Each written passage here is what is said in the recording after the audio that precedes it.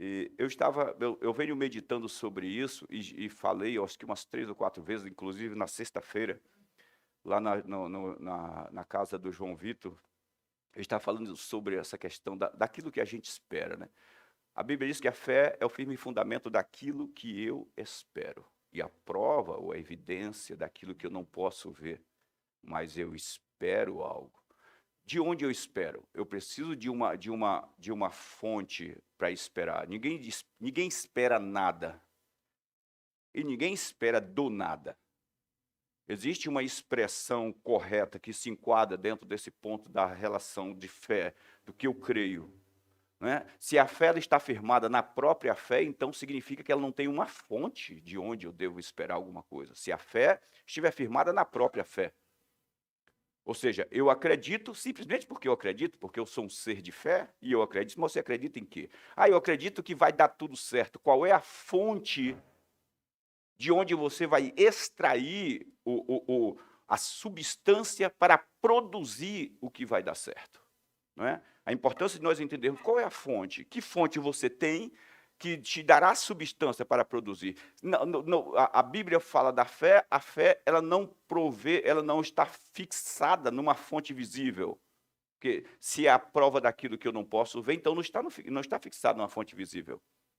Quando o autor dos Hebreus, ou o Espírito Santo, através de alguém, alguns atribuem a Paulo, outros atribuem a Timóteo e vários outros, né?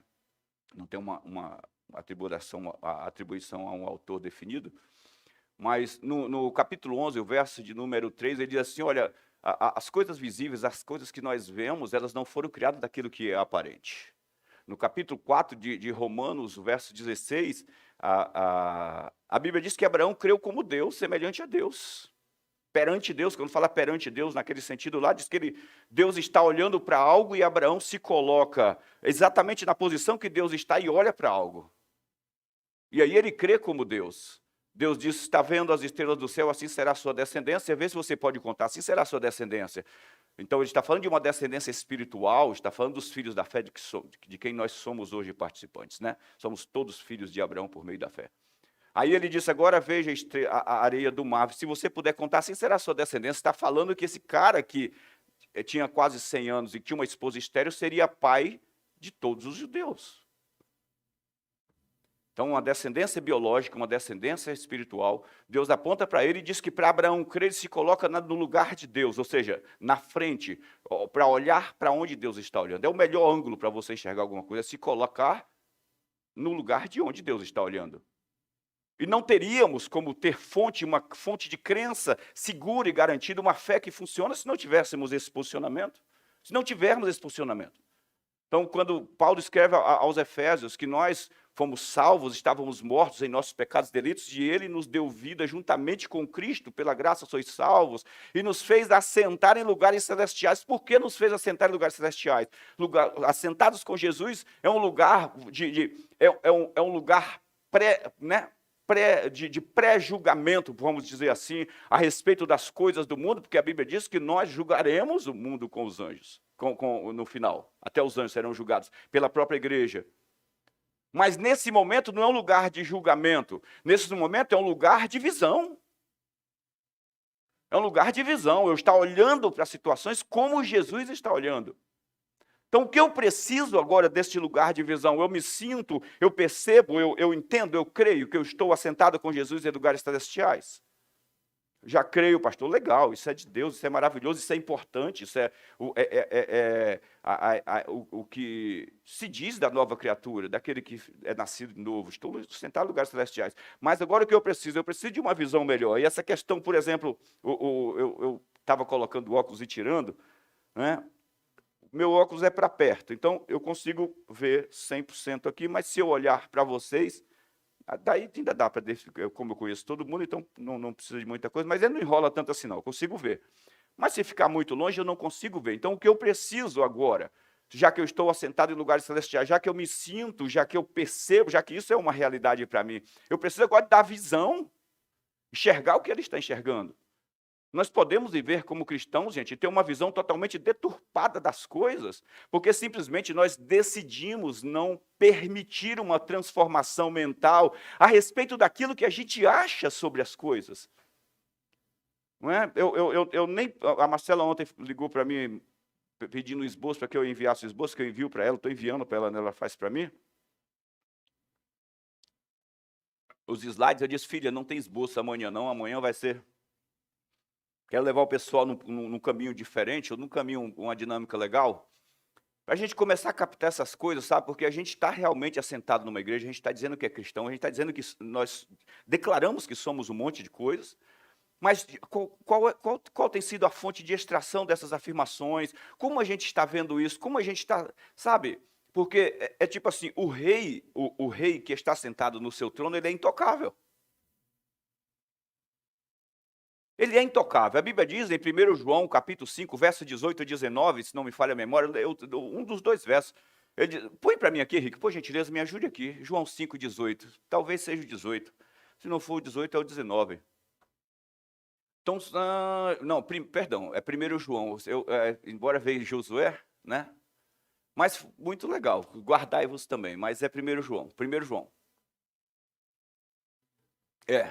Lá no finalzinho. É isso aí. Sabemos que todo aquele que é nascido de Deus não vive em pecado, antes aquele que nasceu de Deus o guarda e o maligno não pode lhe tocar. Ou seja, não está falando que o diabo não pode tocar no seu corpo, mas está dizendo que no teu espírito não, se for a semente de Deus. Não dá. Não dá, ele diz que é autoprotegido, está protegido. Não dá para ser tocado. Cara, eu sei que sou de Deus, eu sei que nasci de novo, mas agora eu preciso de algo mais. Jesus diz que pela vossa perseverança ganhei as vossas almas, transformação de mente. Quando eu tenho a mente transformada, eu tenho um corpo beneficiado. Você pode declarar comigo, quando a mente é transformada, o corpo é beneficiado. Entendam isso, gente. Ninguém pode dar para si mesmo aquilo que não possui na sua consciência. Efésios 23, 7, a primeira parte. Como você diz na sua alma, assim você é. Provérbios 18, 20 ou 21. A morte e a vida está no poder daquilo que você fala. E geralmente você fala aquilo que o coração está cheio. Então, cara, eu preciso de uma iluminação, a iluminação das verdades. Eu preciso enxergar o que Jesus está enxergando e como ele está enxergando. Não é só estar sentado lá. O sentar no banco de uma igreja não nos faz crentes. Faz não, gente. Centenas de pessoas, milhares de pessoas já se assentaram no banco de uma igreja por muito tempo e elas não se tornaram nem 1 milímetro melhores do que aquilo que elas eram. Não houve transformação. Porque simplesmente elas cismaram que aquilo que elas estão vendo é assim, pronto, e acabou. E é isso aí. Aí o que é que nós tentamos fazer? Presta atenção, Deus não fará aquilo que não é a vontade dele. Nós tentamos trazer a visão de Deus para o nosso ponto de vista. Não funciona. É ao contrário, gente. É uma rendição. A nossa visão tem que ir para o ponto de vista de Deus, por mais absurdo que seja. Por mais absurdo que pareça ser. É a nossa visão que tem que se adaptar à visão de Deus. É a nossa visão. Por misericórdia, Deus pode. A Bíblia diz que a misericórdia de Deus, no livro de Lamentações de Jeremias, capítulo 3, acho que verso 21, 22. Eu estou jogando dentro desses versos assim, porque às vezes eu realmente esqueço o verso, né, a passagem exata. Mas ele diz assim, as suas misericórdias, elas não têm fim, elas se renovam todas as manhãs. E misericórdia, embora lá seja uma linguagem, misericórdia, que procede da palavra hesed, que é uma linguagem de aliança também, ou seja, as suas misericórdias, seu povo não é destruído, porque as suas misericórdias se renovam pela manhã, mas misericórdia digamos assim, é uma partida inicial de Deus, porque misericórdia é Deus não atribuir ao homem o salário do seu erro, do seu pecado. Ele merecia a morte, mas não vai morrer. Misericórdia é o que Deus teve com Davi.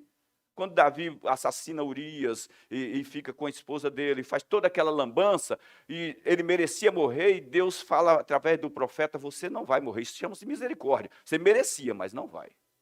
Chama-se misericórdia. Mas aí nós precisamos também da graça. O que é a graça? A misericórdia é Deus não nos atribuir o que nós merecíamos por causa dos nossos erros. E graça é Deus nos dar aquilo que nós jamais merecemos. Misericórdia ele não imputa, graça ele dá, o que nós não merecemos. Então nós precisamos fluir nessa graça. Agora, para que eu flua na graça, embora ela esteja totalmente disponível, como diz, se eu nasci de novo, se eu estou assentado em lugares celestiais em Cristo, então, cara, o que é que eu não tenho disponível de Deus a meu favor? Eu tenho tudo disponível. Então isso já é a maior manifestação de graça, já aconteceu. Jesus vem e me resgata do inferno e me leva para estar com ele. A maior manifestação de graça. A gente, até um tempo atrás, eu preguei, eu aqui, todos nós começamos a falar que nós tínhamos que parar de expressar, né, que o melhor de Deus está por vir. Porque o melhor de Deus já veio. E conforme a gente vai declarando isso, a gente vai criando pensamentos e ideias contrários às verdades fundamentais. Às vezes a gente, pastor, mas quando a gente fala, não está falando exatamente sobre Jesus, está falando de coisas que precisam se revelar, não. O melhor de Deus já veio. Então vamos procurar uma revelação mais clara sobre o que Deus quer para nós. E nesses pontos que a gente vai andar, e eu espero terminar. Se eu não terminar hoje, a gente termina semana que vem, ou daqui mais uns 2, 3 semanas. Salmo de número 119, o verso de número 135, Henrique, por gentileza. 135? Não. Põe o 125. Estou falando que hoje é dia de a gente andar assim? Também não, então deixa eu ir. Espera aí, Henrique, por favor. Quero que você ponha aí, mas eu vou para lá. Salmo 119.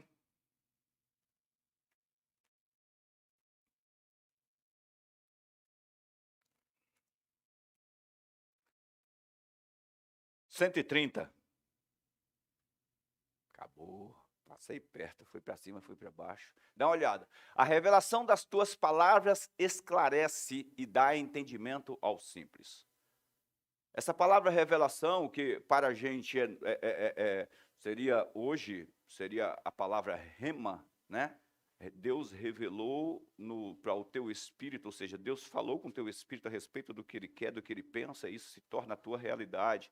Mas aqui, essa palavra revelação das palavras de Deus, é exatamente o pensamento de Deus sendo esclarecido para você. Você tem um filme, eu comentei aqui outro dia sobre a questão da máquina fotográfica, né, que você tira uma foto, mas você olha, hoje digitalmente você vê, mas antigamente você tirava uma foto, está lá preto escuro, você tem um negativo, antes do negativo, né, você está preto escuro, você não tem nada, mas você tem alguma coisa ali. Você não tem nada visível, mas você tem algo ali que está oculto.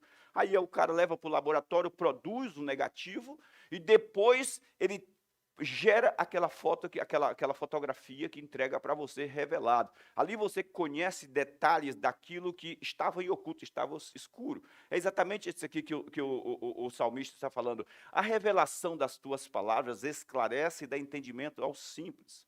O que nós precisamos compreender é o que o Evangelho, as boas novas, nos trouxe.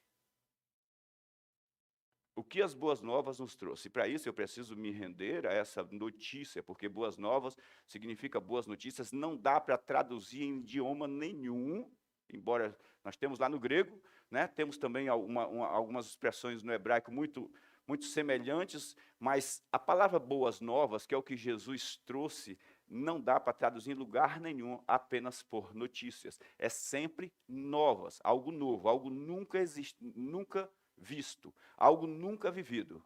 É exatamente boas novas. É como um carro que, último modelo, foi fabricado hoje. Não é um carro novo, um carro zero, é um carro novo na sua existência.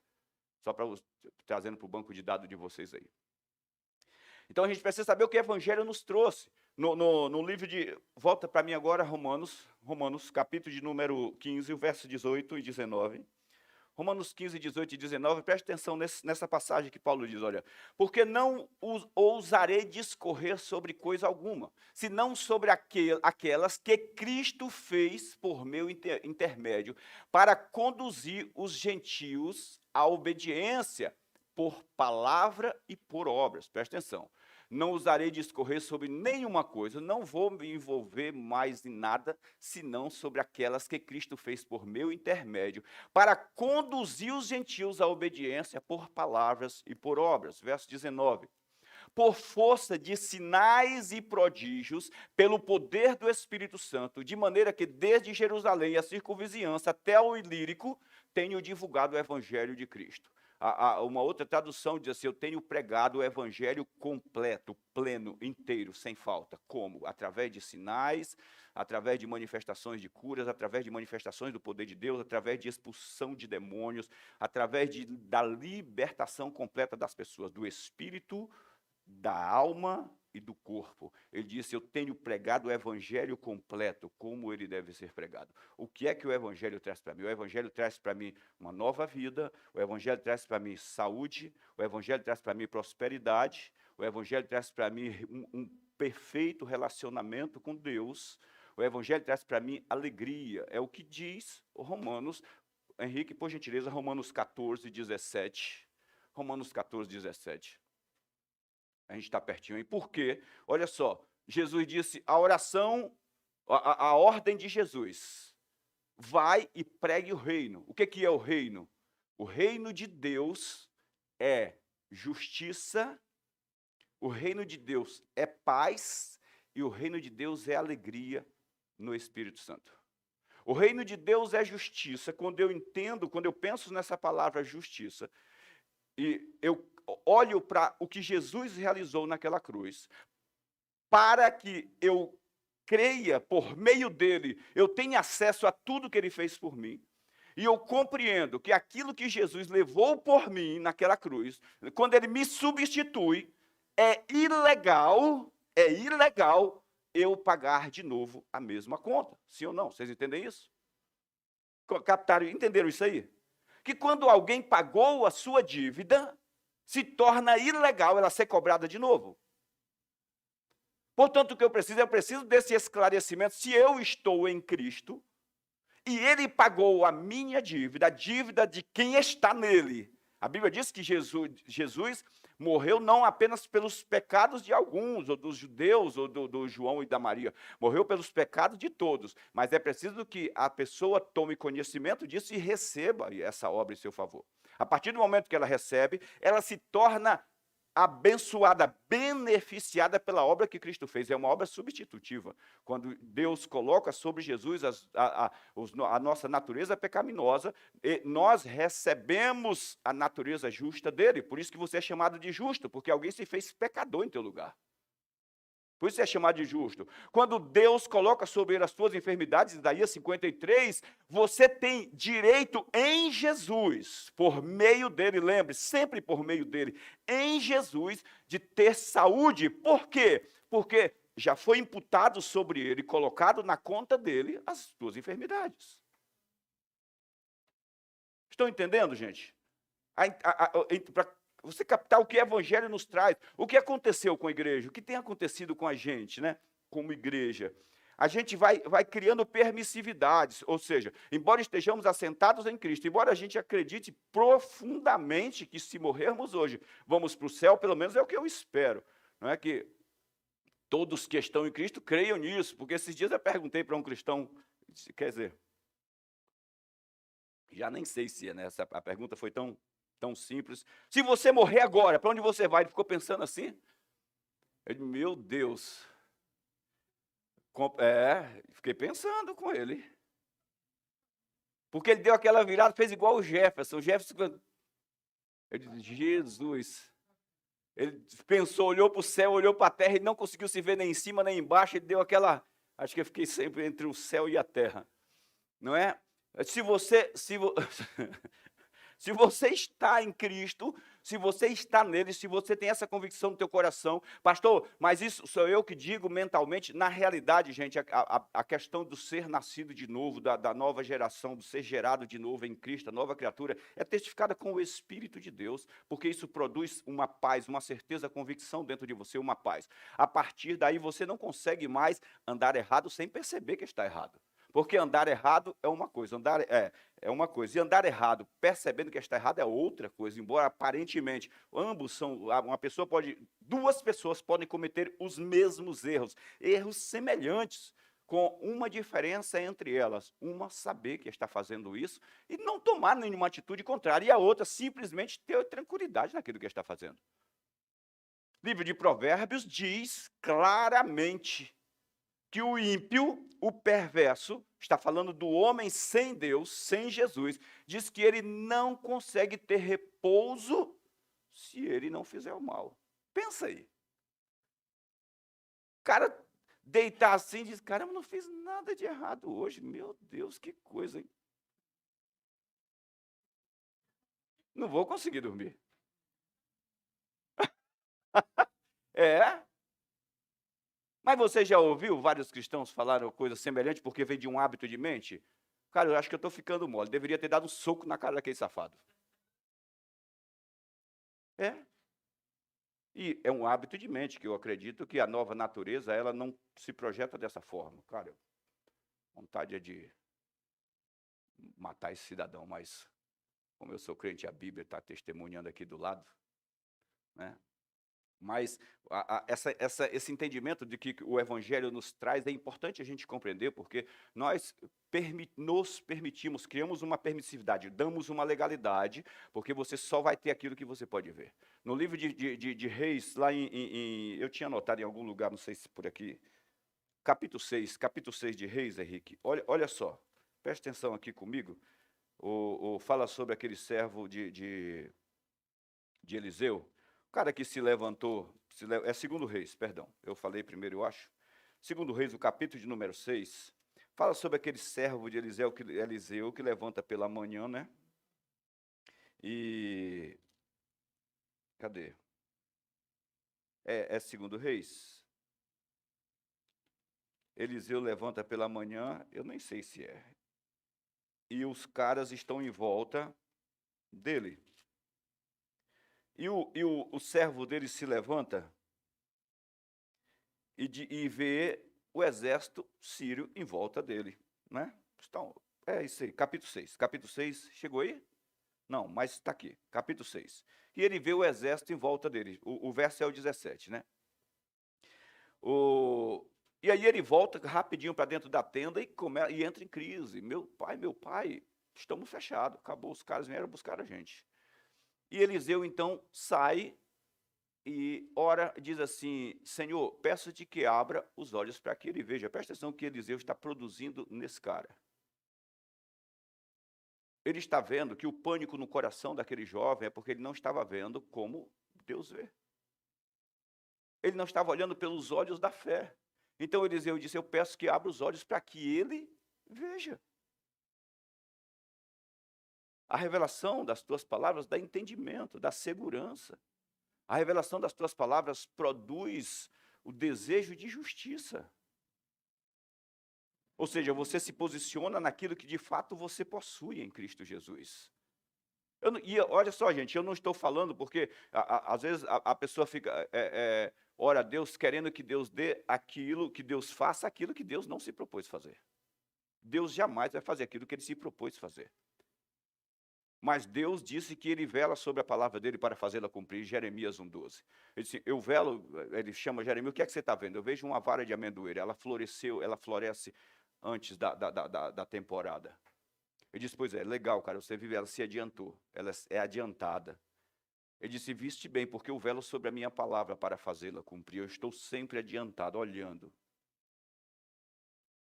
Então, a importância de nós entendermos que você não existe alguém que ponha Deus na parede, até porque não vai dar, né? Não vai funcionar. Mas alguém que, Jesus disse, aquele que clama por justiça, ele será saciado. E um dos atos de justiça é Deus estabelecer a palavra dele sobre o inimigo que está triunfando de forma larga e abundante sobre os filhos dele. Por que justiça? Porque um preço já foi pago. É injusto alguém te cobrar algo que você não deve. Aliás, humanamente falando, se qualquer pessoa bater na sua porta te cobrando uma conta de energia que já foi paga, ou então se o cara subir no poste cobrando uma conta de energia que já foi paga, o que você faria? vim cortar. Por quê? Porque você não pagou a conta.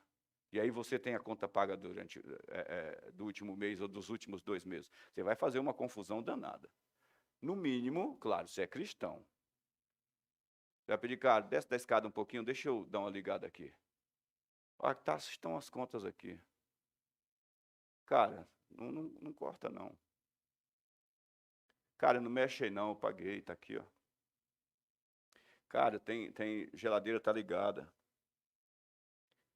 Cara, eu trabalho home office.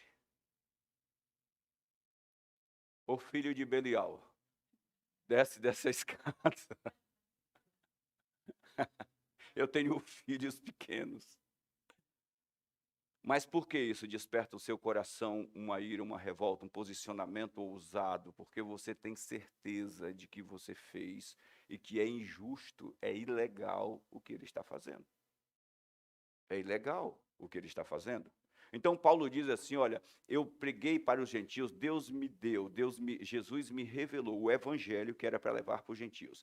E por meio desse evangelho, ou seja, eu preguei o evangelho completo para convencer os gentios de que Jesus é real. E como? Por meio de sinais, prodígios e maravilhas. Capítulo 10, o verso número 38 de Atos 36 de Atos dos Apóstolos, 10, 36.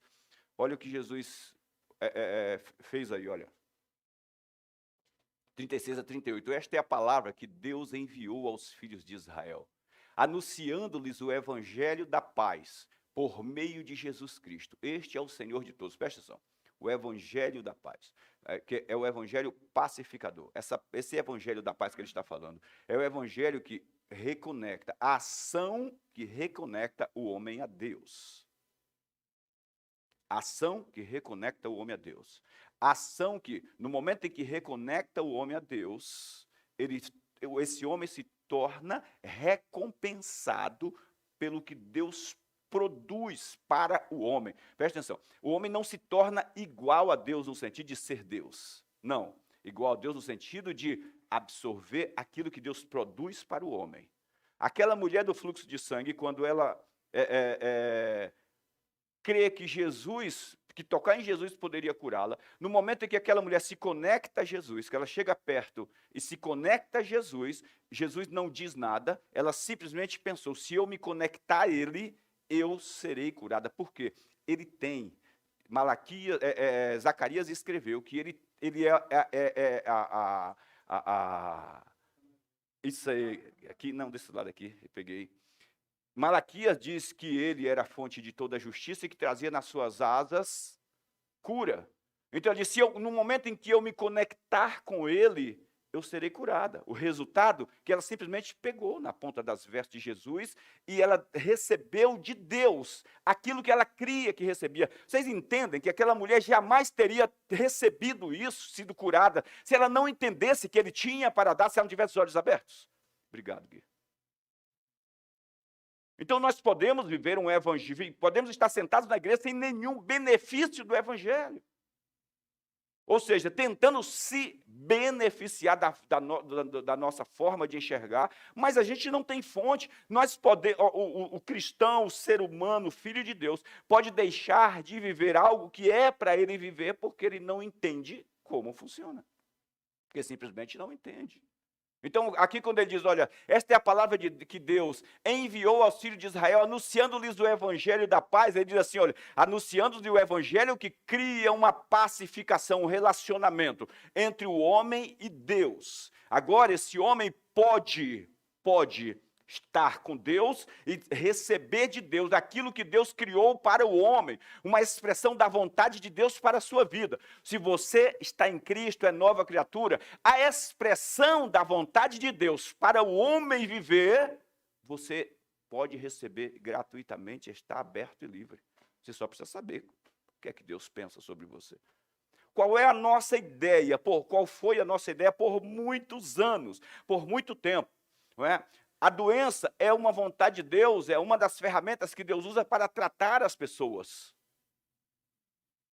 A pobreza é uma das vontades de Deus que Deus usa para tratar as pessoas. Eu fico pensando que se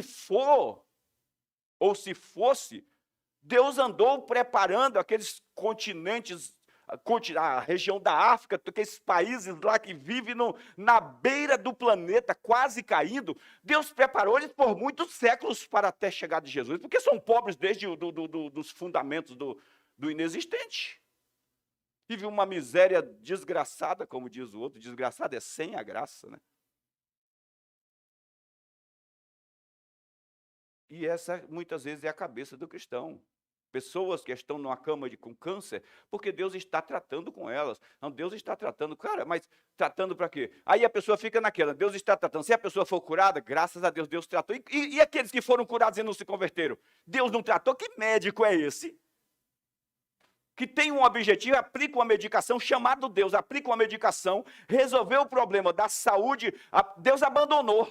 Acho que Deus abandonou. Porque é aquele argumento mental onde eu não preciso de fé, eu preciso de lógica. É um argumento mental. É como se eu profetizasse para uma mulher grávida, eis que eu te digo, se você crer, será homem, se você não crer, será mulher. Opa, isso aí, fica aí à vontade. Fica de acordo com a sua expressão, sua cabeça. É exatamente isso, e sabe por quê? É a falta de informação, a falta de enquadramento naquele ponto de vista de Deus. A falta do enquadramento no ponto de vista de Deus. E Paulo diz, eu preguei o evangelho completo. Aí diz assim, anunciando-lhes o evangelho da paz por meio de Jesus Cristo. Este é o Senhor de todos. Verso 37. Vós conheceis, vocês conhecem a palavra que se divulgou por toda a Judéia, tendo começado desde a Galileia, a terra dele, desde a Galileia, onde ele cresceu, porque foi chamado de Galileu, né? Onde ele completou a juventude dele, desde a Galileia, depois do batismo que João pregou, o batismo de arrependimento, agora verso 38, como Deus ungiu a Jesus de Nazaré com o Espírito Santo e com poder, o qual andou por toda parte fazendo o bem e curando a todos os oprimidos do diabo. Por quê? Deus era com ele. Jesus não andou apenas pregando o evangelho, dizendo, vocês vão para o céu. Não, a Bíblia diz que Deus ungiu a Jesus de Nazaré, o qual andou por todo lugar, curando, libertando as pessoas, tirando da cama, colocando o paralítico de pé, abrindo os olhos de cego, tirando o tapão auditivo. Por quê? Porque Deus era com ele, porque essa era a vontade de Deus para o homem. Gente, o pacote de salvação liberado por Deus, embora nós criamos uma dificuldade na explicação do Evangelho, porque você pega Isaías 53 e começa lá, quem deu crédito à nossa pregação, porque eu fui descendo como um renovo, nele não tinha parecer nem formosura, mas ele foi moído pelas nossas iniquidades. Aí a gente acaba separando as palavras e explicando uma palavra individualmente e esquece que isso foi um evento. Pá! Quando Jesus, naquela cruz, leva os teus pecados, a tua natureza pecaminosa, quando ele se faz maldito em seu lugar, sai um pacote completo ali de saúde, de bênção, de paz, de alegria, de comunhão, sai um pacote completo. Para quê? Para que você mostre o céu na terra por meio da sua vida. Para que você ande com a certeza de que aquilo que te pertence, aquilo que faz parte desse relacionamento seu com Deus, se ainda não se manifestou, não deixa de ser uma realidade para os filhos de Deus. Porque esse é o meu ponto de vista, estou falando como cristão, cada um de nós. Esse é o nosso ponto de vista segundo o Evangelho. Esse deve ser o ponto de vista segundo o Evangelho. Capítulo de número 8 de Mateus, Mateus 8. Mateus capítulo de número 8.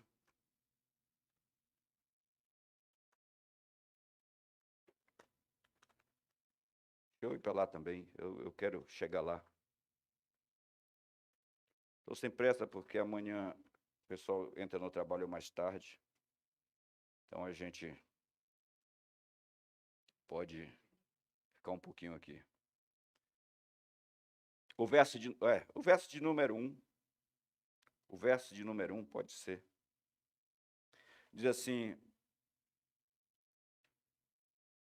Jesus descendo do monte, grandes multidões o seguiram. Pode seguir? Verso 2. E eis que um leproso, tendo se aproximado, o adorou, dizendo: se o Senhor quiser. Essa é uma das grandes batalhas que a igreja enfrenta hoje ainda. Falta do conhecimento da vontade de Deus. João escreve que se fizermos qualquer pedido a ele segundo a sua vontade, já sabemos, olha só, no momento do pedido, já sabemos, antes do pedido, já sabemos que ele nos ouve. Esse leproso diz assim, ele sabia que Jesus poderia fazer, ele sabia que Jesus podia curá-lo. Cara, a lepra era considerado algo assim extraordinário, é tanto que os caras via que era tão difícil um leproso ser curado, que eles criaram a aldeia dos leprosos, um leprosário, porque era difícil ser curado. Esse cara cria que Jesus podia curá-lo, só não sabia se era à vontade. Por quê? Porque a lepra também era considerada como uma ação do pecado presente. Então, ele veio todo desconfiado, todo inseguro. Se o Senhor quiser, pode me curar. Então, a resposta de Jesus, verso 3, e Jesus, estendendo a mão, tocou-lhe, dizendo, eu quero, eu quero, seja curado. Gente, nosso posicionamento de fé, ele é fundamental para que a gente se projete. Paulo diz assim, olha,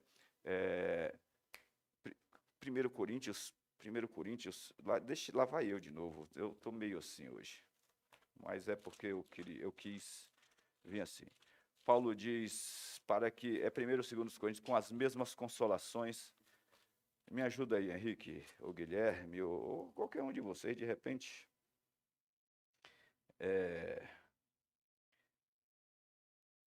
que somos consolados, possamos também consolar os irmãos. Paulo diz que Deus os consolou para que com as mesmas consolações que eles são consolados, ele também chegou. Pode falar, pastor, né? É ele quem nos conforta em toda. Agora vamos lá. Presta atenção, por quê? A gente entende o sentido de conforto como seres humanos. A gente entende o sentido de conforto que muitas vezes você conforta uma pessoa sem saber o que fazer. Cara, tudo que você tem para oferecer para ela é o ombro. Chora aqui no meu ombro. Às vezes você libera uma boa palavra, uma palavra de cá, tamo junto. Aguenta aí. E aí a gente atribui esse sistema de conforto a Deus. Porque é como eu entendo conforto. Mas Paulo diz assim, quando Paulo fala sobre esse texto, ele está falando sobre situações que eles enfrentaram que eles jamais seriam capazes de sobreviver sem Deus. Deus guardou-os, deu livramento, protegeu, paralisou a ação do inimigo. Ele diz, é Ele que nos conforta em toda e qualquer tribulação, para podermos consolar os que estiverem em qualquer angústia, com a consolação com que nós mesmos somos contemplados por Deus. Presta atenção, essa palavra aqui, contemplado, além de ter o contexto de assistido, acompanhado de perto, tem também o contexto de acompanhado de perto para livrar no momento certo. Não é apenas contemplar, observando. É acompanhado de perto para livrar no momento certo.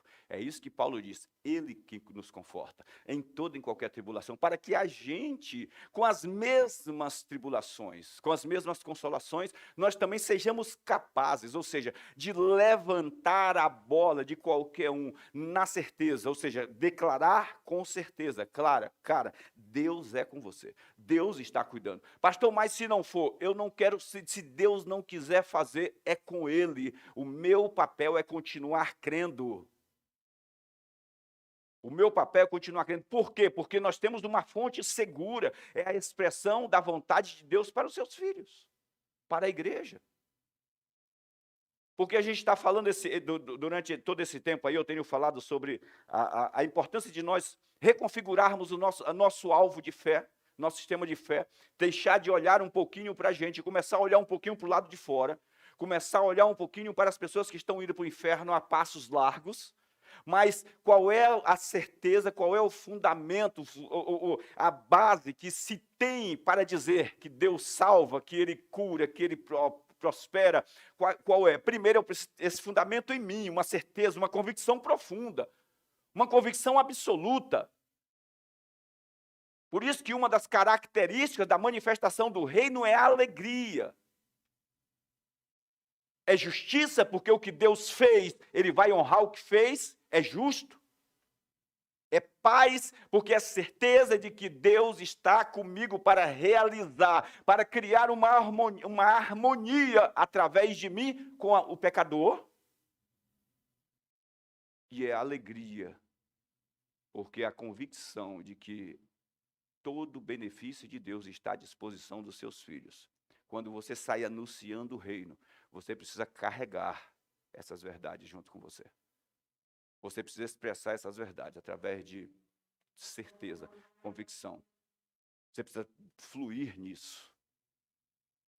O que nós esperamos? A fé é o firme fundamento daquilo que eu espero. O que é que nós esperamos que aconteça em cada encontro, em cada culto? O que eu espero que aconteça quando eu me ajoelho para orar? O que eu espero que aconteça quando eu participo do corpo e do sangue de Jesus? O que eu espero que aconteça quando alguém passa um tempo comigo, sentado me ouvindo?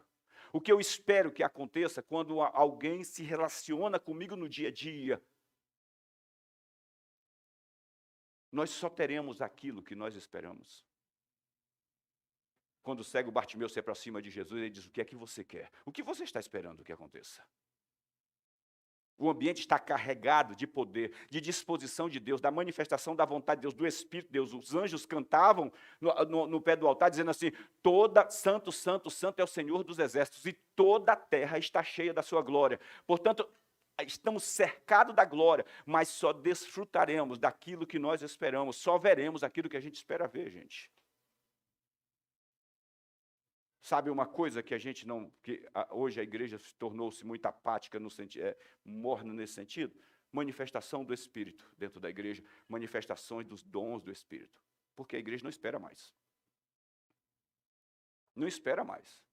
Como não vai acontecer uma mala de dinheiro sair daqui do teto, e é a maioria das coisas que as pessoas esperam dentro da igreja. É a maioria, porque estamos sempre pensando em acontecer. E vou falar para vocês, isso nunca foi, não será e jamais será o fim. Como não é o fim, Deus usa isso como um meio.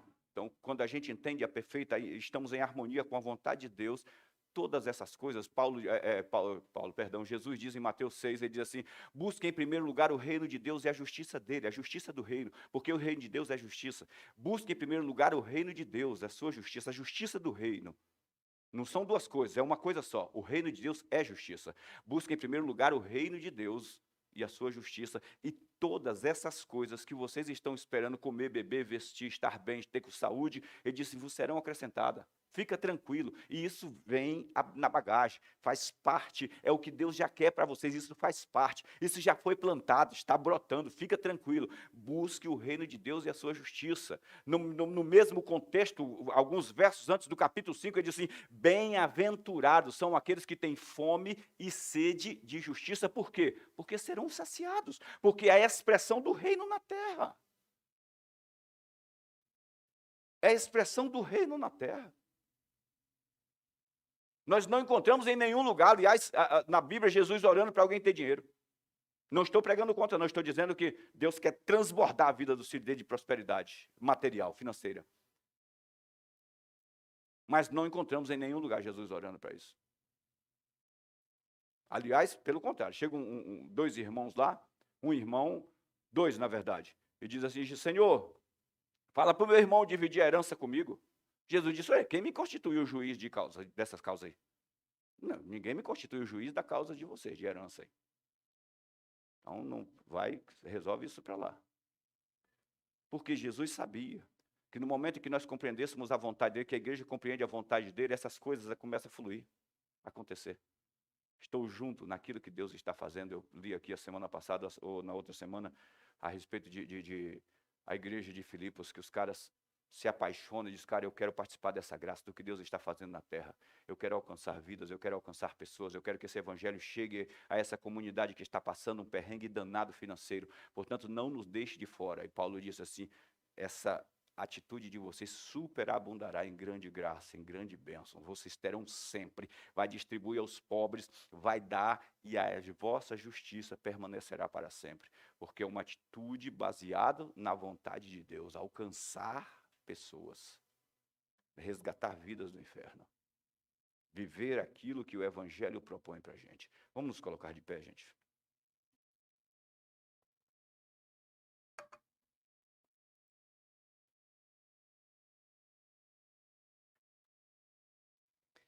Guarde essa frase aí na sua cabeça. Todos os milagres de Jesus foram para restaurar a intenção de Deus, para que eles vivam com saúde. Para que os filhos dele vivam com saúde. Todos os milagres de Jesus, tudo que Jesus realizou, tudo que o Evangelho ou a Bíblia nos mostra em milagres, a intenção era Deus restaurando as características dele nos filhos dele, para que o Evangelho seja anunciado com certeza e segurança. Henrique, põe para mim aqui João 10, 37 e 38. Olha essas palavras de Jesus aí. Se a gente fosse ficar aqui, leríamos quase todo o evangelho de João, vendo tudo isso. João 10, 37 e 38. Jesus disse assim, se eu não faço as obras de meu Pai, Jesus está falando da operação de milagres, porque a discussão aqui é isso. A discussão parte do capítulo de número 9, quando Jesus curou aquele cego de nascença. E virou uma confusão em Israel, uma confusão dos infernos. Os caras partiram para cima do cego, e quem te curou disse, não sei, porque realmente ele não sabia. Não sei, um cara aí falou, passou lama no meu olho, mandou ir lavar no poço, eu fui, corri, lavei, quando eu voltei, eu estava curado. Então, quando eu voltei, o cara não estava mais lá, eu não vi ele, porque eu saí com o olho cheio de barro, sem enxergar, e o poço de Siloé não era no outro lado da rua. Aí os caras, então, vão perguntar para o pai dele. Aí correram lá para o pai dele, começaram a pressionar demais os pais dele. Os pais dele, cara, o cara é de maior, pergunta para ele, me deixa de fora. Quer dizer, essa discussão foi se perdurando, foi se esticando, os caras voltaram de novo para o cego. O cego falou, rapaz, vocês querem se converter esse cara? Vocês querem ouvir ele para se converter também? Aí diz, não, você precisa falar a verdade, porque não pode alguém sair por aí. Olha o que o cara diz, fala a verdade, ou seja, minta para que a gente fique feliz. Ele diz assim, cara, se esse cara era de Deus, eu não sei. Uma coisa eu sei, eu era cego e agora vejo. E como eu sei que Deus não ouve a pecadores. Isso é demais, quando você entende isso, gente. Mateus 7, Jesus diz que um grupo chega para ele e diz assim, no teu nome expulsamos demônio, curamos enfermos e fizemos sinais e maravilhas. Jesus não disse mentira. Vocês não fizeram. Jesus disse, eu não tenho comunhão com vocês. Dá uma olhada que essa convicção é tão forte, tão gloriosa, que mesmo uma pessoa não tendo um relacionamento, uma intimidade com Jesus, ela pode fazer isso. E os discípulos viram isso. Cara, se isso pode ser uma realidade lá fora para as pessoas, o que seria então para nós, os filhos? Vocês estão entendendo isso? Se pode ter uma realidade para quem não conhece, para quem não tem uma intimidade, um relacionamento, que Jesus disse, eu nunca vos conheci. E a palavra conheci lá, eu nunca tive uma intimidade com vocês. É a mesma palavra que diz que Eucana conheceu Ana e ela ficou grávida. Que Abraão conheceu a esposa e ela ficou grávida. Nunca tive um relacionamento íntimo com vocês, é mentiroso, apartai-vos de mim. Mas não disse mentira, vocês não fizeram milagres. Porque eles fizeram. Então aqui Jesus vem falando dessa obra, de manifestações do poder dele. Só que é preciso, gente, que a igreja, porque não é uma ação de um homem só. Não é um membro individual. É a ação da igreja. Se eu não faço as obras de meu Pai, vocês não acreditarão em mim. Verso 38. Mas se faço e não me credes, ou seja, se eu abrir os olhos daquele cego, vocês não creram, creiam nas obras, então. É o que Paulo diz em Romanos. Jesus confiou o evangelho a mim, para que eu pregasse por gentios, por meio de poder, de manifestações do poder e de maravilhas. Crede nas obras, para que possais saber e compreender que o Pai está em mim e eu estou no Pai. Por que nós não impomos as mãos sobre os enfermos? Pastor, é porque eu tenho vergonha? Não, é porque eu não creio. É porque eu não creio, gente. Porque a Bíblia diz que o perfeito amor lança fora todo medo. E o medo está intrínseco, escondido dentro dele. É o pai da vergonha. É porque não creio. Porque se eu creio, não tem vergonha. Se eu creio, glorifica Deus. Cara, quem é que não... Vamos imaginar, vamos ser naturais um minuto só, um minuto de consciente. Vamos ser naturais. Imagine que um mendigo para perto de você e te pede um dinheiro, sei lá, e você pode, naquele momento, sacar uma nota de 200, quase ninguém vê mais, né? E dar para ele. Você fica feliz ou não fica? Se você pode fazê-lo.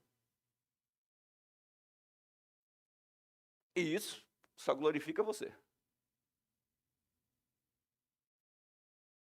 Então, por que eu não imponho as mãos sobre os enfermos? Porque eu tenho dúvida em declarar que a doença não é uma coisa de Deus. Porque eu tenho dúvida, porque eu permito que o inferno fique meses dentro da minha casa antes de eu abrir a porta, reganhar as portas e dizer: Satanás, sai daqui. Pode passar. Não é você não, Guilherme.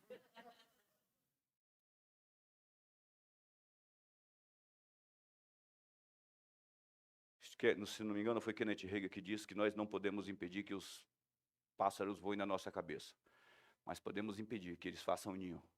Acho que foi. Se não foi, passou por ele. Porque nós não cremos, porque nós temos dúvida. Precisamos enxergar como Deus enxerga. Quando Jesus cria a harmonia, paz entre você e Deus, você passou a ser participante de tudo que Deus pensa para os homens. Participante, saúde, paz, segurança, alegria. Ele estabeleceu o reino dentro de vocês. Jesus disse: o reino de Deus está dentro de vocês. Não fique correndo de um lado para outro, não, porque o reino de Deus está dentro de cada um de vocês.